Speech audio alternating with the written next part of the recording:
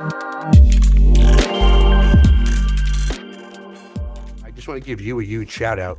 So Matt Brady, who's in our group, reached out to me, told me some things he was struggling with, which I appreciate because there's a lot of people in here who's lost a ton of volume, right? I said, you have to talk to Coach Anthony. I know he spoke to you once, signed up, but I don't know what you said to the guy, but in a week, I sent you that message he sent me. He's like, I've been coached by some of the best people with the biggest names, and he's like, by far, I'm most impressed with him. Something about the way you gave an analogy for mindset, like without fluff. I don't know if you want to touch on it, but it was just a huge shout out to you because it was a really great testimonial that was sent to me, thanking me for the intro. So here's the thing. There's so many coaches out there, right? Name any of them. How many are actually in the trenches writing loans right now, right? Probably slim to none. So when it comes to giving really sound advice on how to move your business forward, well, if they're not writing loans, how serious can you take them, right?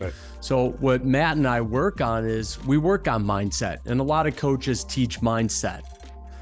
Conceptually, got to have your mind in check. That makes sense. But how do you bleed that into your mortgage business?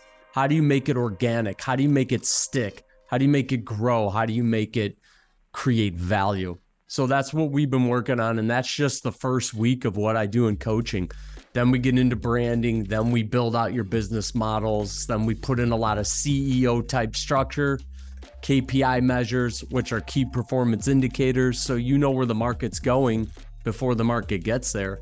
But that's what him and I spent a lot of time on. And really it's bleeding it into your business.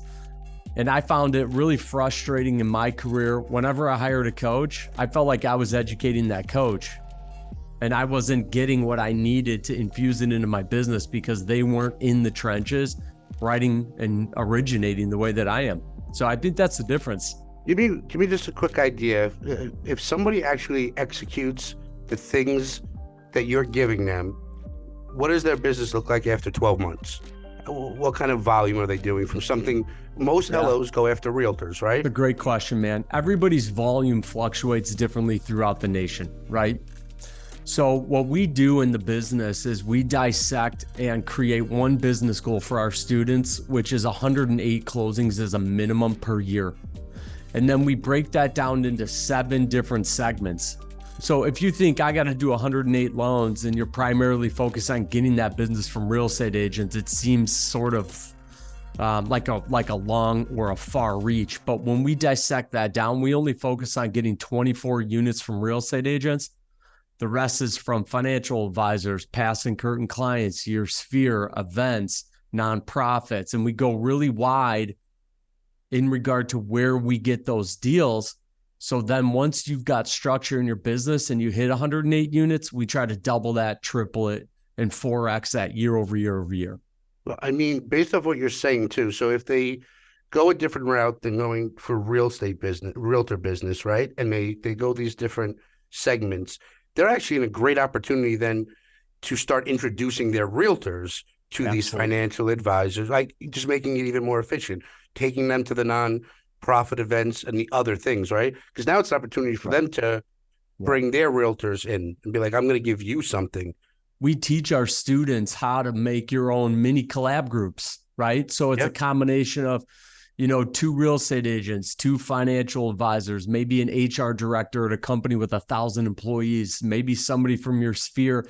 And we work on getting those people together in a group, and we go back and we work on growth, personal development. So instead of just taking a bunch of people out to the bar and trying to get their business, we actually go do something that correlates back to working on your self growth.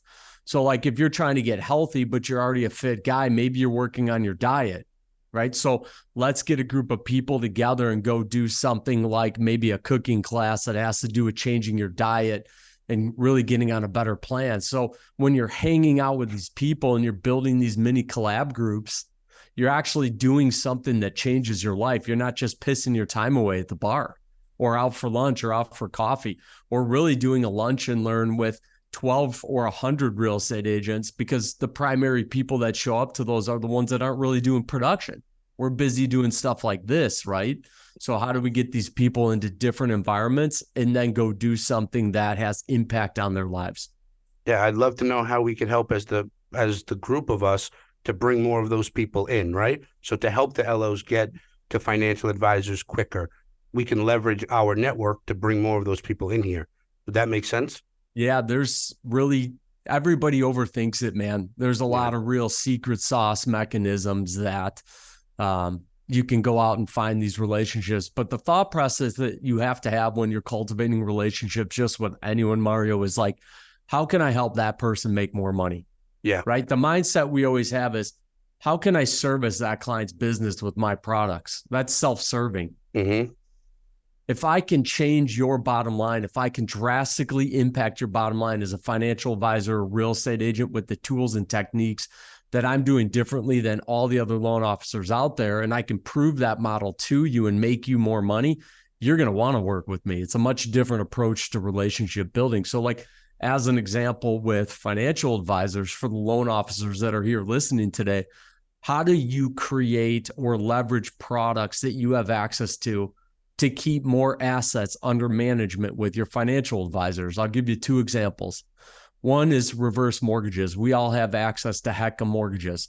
Your clients, as a financial advisor, he may not need a HECM mortgage right now, but if the stock market falls 50%, their clients' debt, the amount of money they need to carry through the year, stays the same.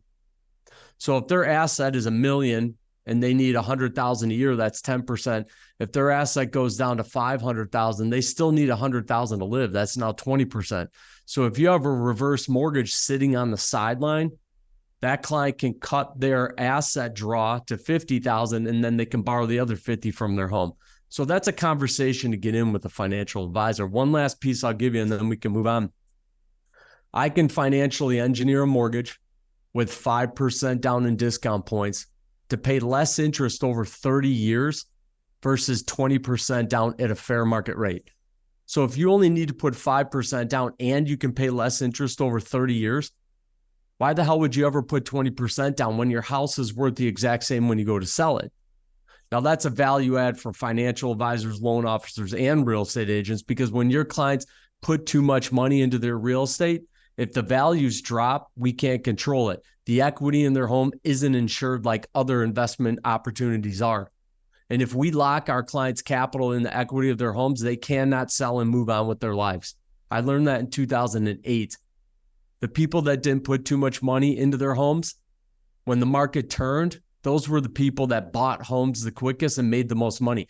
Everybody that put too much money in their homes, they were stuck.